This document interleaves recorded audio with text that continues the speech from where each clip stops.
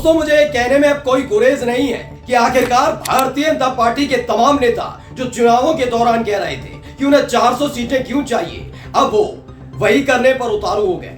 याद करिए, इस देश के प्रधानमंत्री, जी हां, 10 साल तक प्रधानमंत्री रहने के बावजूद इस देश के प्रधानमंत्री नरेंद्र मोदी भी मंगलसूत्र, घुसपैठिए, ज्यादा बच्चे पैदा करने वाले, भैंस चुरा लेंगे, इस तरह की शब्दावली का इस्तेमाल कर रहे थे एक खास समुदाय को। सोचिए, प्रधानमंत्री के लिए हिंदू, मुस्लिम, सिख, ईसाई सारे एक होते हैं, लेकिन इस देश के प्रधानमंत्री ने सिर्फ चुनाव जीतने के लिए हिंदू मुसलमान किया था। यह इतिहास में दर्ज हो चुका है कि 10 साल प्रधानमंत्री रहने के बावजूद नरेंद्र मोदी के पास ये बताने के लिए नहीं था कि वो आगे जाकर क्या करेंगे, क्या किया है।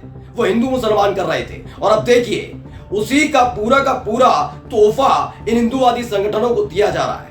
महाराष्ट्र के कोल्हापुर से एक ऐसी तस्वीर और खबर निकलकर सामने आई है जिसे देखने के बाद आपके रोंगटे खड़े हो जाएंगे। एक खास समुदाय को 2014 के बाद से जिस तरह से निशाना बनाया गया, लग रहा था 2024 में सबक सीखने के बाद शायद बीजेपी शासित राज्यों में उस पर नकेल कसेगी, रोक लगाई जाएगी, लेकिन नहीं, ये एक बार फिर से हो रहा है।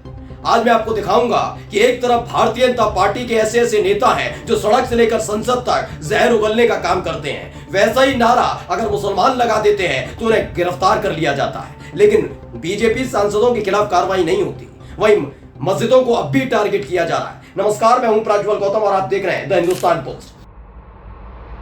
मैं बिना देर किए आज की वो तस्वीर आपको दिखाऊंगा, वीडियो दिखाने जा रहा हूं। ये वीडियो देखिए पहले आप।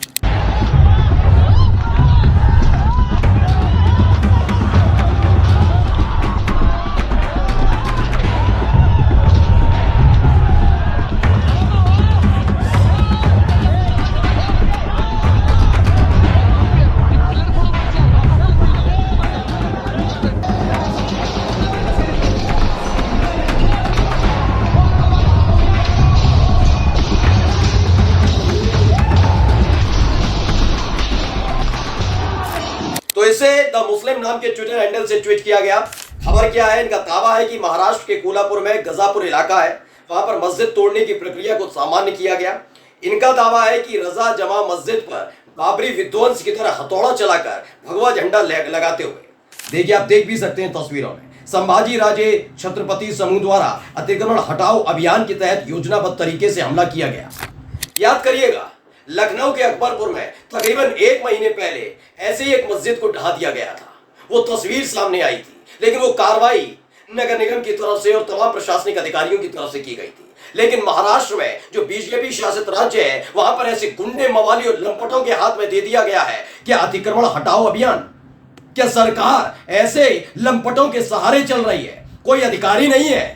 कौन है ये लोग जो अतिक्रमण हटाओ अभियान के तहत एक मस्जिद को टारगेट करते हैं? ये कैसा अतिक्रमण है? अगर अतिक्रमण है तो सरकार कार्रवाई करती, लेकिन नहीं। जहां सरकार कार्रवाई नहीं कर सकती, वहां पर ऐसे लंपटों को छोड़ दिया जाता है, ऐसे गुंडे मवालियों को छोड़ दिया जाता है। ये एक वीडियो तो आपने देख ली, कैसे गुंबद पर चढ़कर उसे तोड़ा जा रहा है, जय श्री राम के नारे लगाए जा रहे हैं। और अब आपको एक और वीडियो दिखाने जा रहा हूं, पहले वीडियो देखिए। तो कुछ लंपट आए थे, ये मवाली आए थे, ये गुंडे आए थे, ये लफंगे आए थे, तो कुछ चढ़ गए थे मस्जिद की गुंबद के ऊपर, उसे तोड़ रहे थे, तो कुछ मस्जिद के अंदर घुस गए। सोचिए, पाक मस्जिद के अंदर ये ऐसे लंपट घुसे, गुंडे मवाली घुसे, इन्होंने वहां रखी हर एक सामान को तोड़ा, हथौड़े चलाए डंके की चोट पर, और कोई बीच में बोल ना पाए तो लगाते रहे जय श्री राम के नारे। मैं भी सनातनी हूं, मैं ब्राह्मण हूं, मैं कहता हूं दावे के साथ, मैं मानता हूं अपने इष्ट देव को, लेकिन मेरे इष्ट देव का नाम नारे के लिए नहीं, जयकारे के लिए इस्तेमाल होता है। लेकिन 2014 के बाद से लगातार देखिए, जय श्री राम शब्द का इस्तेमाल सिर्फ नारेबाजी के लिए हुआ। उस जयकारे को नारे में तब्दील इसलिए किया गया जिससे कुछ सियासी पार्टियां अपनी रोटियां सेकती रहे, सत्ता में आते रहे, और इस बात का जीता जागता सबूत किसी और ने नहीं, इस देश के प्रधानमंत्री ने दिया। जब वो इस देश के नागरिकों को, खासकर मुसलमानों को घुसपैठिया और ज्यादा बच्चे पैदा करने वाले कह रहे थे, तो कैसे नहीं बढ़ेगी हिम्मत। बीजेपी शासित राज्य महाराष्ट्र के अंदर इस तरह की घटना हुई है। अब देखिए, इसको लेकर एआईएमआईएम की तरफ से आवाज उठाई गई है। क्या कुछ कहा वारिस पठान ने, पहले सुनिए। देखिए, सब सुबह से, कल से चालू है, लोग हमको वीडियो भेज रहे हैं, सोशल मीडिया के जरिए से भी आ रहा है, हमने ट्वीट भी किया है, किस तरह से महाराष्ट्र के अंदर विशालगढ़ कोल्हापुर में जो जगह है वहां पर एक मस्जिद के ऊपर कुछ हिंदुत्ववादी गुंडे चढ़ कर तोड़ रहे हैं, मस्जिद के अंदर तहस महस कर रहे हैं, कलाम पाक की बेहुरमती की जा रही है। पुलिस प्रशासन क्या कर रहा है वहां पर? सब सो रहे हैं क्या? आप देखिए इतने सारे जो वीडियो है, आपको देखकर 6 दिसंबर आपकी नजर के सामने आ जाएगा जब हमारी बाबरी मस्जिद को शहीद कर दिया गया था। तो हमने बिल्कुल कहा कि सरकार क्या कर रही है, सरकार प्रशासन इसको रोके। अब तो ऐसा लग रहा है कि बीजेपी ने महाराष्ट्र के अंदर चुनाव की तैयारी पूरी तरह से शुरू कर दी है अपनी। उनका तो ये दंगा गंगा इधर ही शुरू रहेगा, वो डेवलपमेंट की तो कुछ बात ही नहीं कर रहे। अब इतनी बड़ी घटना हो गई है, हमने मांग की है कि जो भी ये हिंदुत्ववादी गुंडे थे जो JSR के नारे लगाकर मस्जिद के अंदर घुसे, इस तरह का किया, उनके खिलाफ सख्त कार्रवाई की जाए। सबसे पहला उनको हिरासत में लिया जाए, उनको जेल में डाला जाए और सख्त कार्रवाई करके उनको सजा दी जाए। वरना मोदी जी आपके देश में क्या हो रहा है, सबका साथ सबका विकास की तो धज्जियां उड़े जा रही है।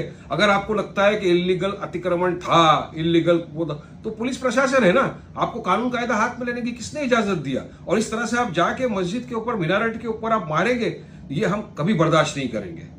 देखिए, हमारी सरकार से साफ तौर से मांग है कि फौरन एक्शन लिया जाए। सीए देवेंद्र फडणवीस जी और चीफ मिनिस्टर शिंदे साहब से हमने गुहार लगाई है, डीजी महाराष्ट्र को हम बोलना चाहते हैं कि आप फौरी तौर पर कार्रवाई करें, उन गुंडों को अरेस्ट करें। ये हमारी सबसे पहली मांग।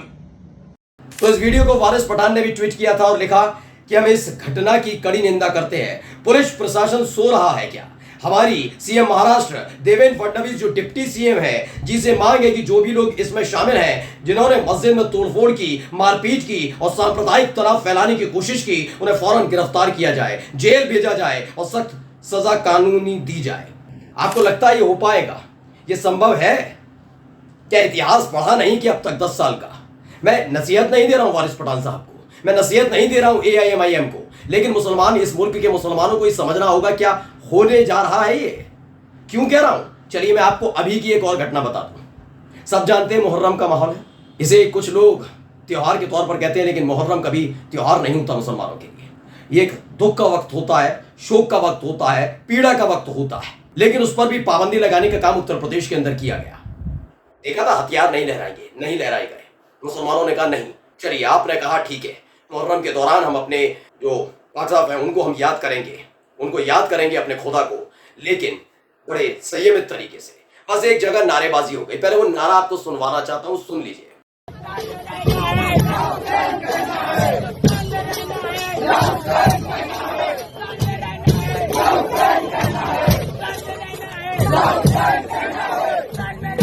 तो इसमें क्या कहा इन लड़कों ने?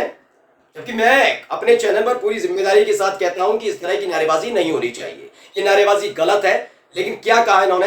हिंदुस्तान में रहना है या हुसैन कहना है। हिंदुस्तान में रहना है या हुसैन कहना है। हिंदुस्तान में रहना होगा या हुसैन कहना होगा, यह बताता है कि ये जबरन बुलवाया जा रहा है। लेकिन जब कहा जाता है हिंदुस्तान में रहना है या हुसैन कहना है, बस इसी बात को लेकर उत्तर प्रदेश की अति सक्रिय पुलिस ने इन लड़कों को हिरासत में ले लिया। इसे अशरफ हुसैन ने ट्वीट किया, कहने का अमेठी में मुहर्रम जुलूस के दौरान हिंदुस्तान में रहना है या हुसैन कहना है की नारेबाजी करने का आरोप। पुलिस ने वायरल वीडियो के आधार पर युवकों को हिरासत में ले लिया। मैं कहता हूं ये तारीफ की बात है, गौरे काबिल तारीफ, क्या क्या ना कहूं। उत्तर प्रदेश पुलिस के लिए बहुत बढ़िया काम किया। किसी को ऐसे नारेबाजी करने का हक नहीं है। लेकिन सोचिए, भारतीय जनता पार्टी की एक सांसद हुआ करती थी, अपने ऐसे ही बयानों के चलते सत्ता से हाथ धोना पड़ा, रो रही थी फिर बाद में। जी हाँ, महाराष्ट्र के अमरावती से नवनीत राणा, जिनको यही नहीं पता कि हनुमान जी का इतिहास क्या रहा, उन्हें अपने पुराणों की जानकारी नहीं, बस हिंदू मुस्लिम हनुमान चालीसा उसके नाम पर राजनीति करने वाली नवनीत राणा को लगा था भैया पार हो जाएगी हिंदू मुस्लिम करने से। तो उन्होंने सड़क पर खड़े होकर भी कहा था कि हिंदुस्तान में रहना होगा, जय श्री राम कहना होगा। यही नहीं, असदुद्दीन ओवैसी के एक बयान के फौरन बाद संसद के अंदर खड़े होकर नवनीत राणा बीजेपी की सांसद ने कहा कि हिंदुस्तान में रहना होगा तो जय श्री राम कहना होगा। लेकिन कोई गिरफ्तारी हुई, कोई छाती पीटी गई, किसी ने बताया ये कानून का उल्लंघन है? नहीं। उसी संसद में एक बिगड़ैल बीजेपी का सांसद रमेश बिधूड़ी एक मुस्लिम सांसद को गालियां देता है, धमकी देता है। उसी देश की संसद में जो लोकसभा स्पीकर है ओम बिरला उसे पुचकारते हैं, दुलार से समझाते हैं और कहते हैं आगे से मत करना। रमेश बिधूड़ी और नवनीत राणा जैसे नेताओं का हश्र क्या हुआ यह हर किसी ने देख लिया। लेकिन अब भी बीजेपी इसी पर चल रही है। महाराष्ट्र के अंदर मस्जिदों को तोड़ा जाता है, इधर एक नारेबाजी के लिए हिरासत में ले लिया जाता है। सवाल यह उठता है कि एक देश, एक विधान, एक निशान की बात करने वाली बीजेपी इसी देश में, इसी देश के नागरिकों के लिए दो कानून लेकर क्यों चलती है। नमस्कार।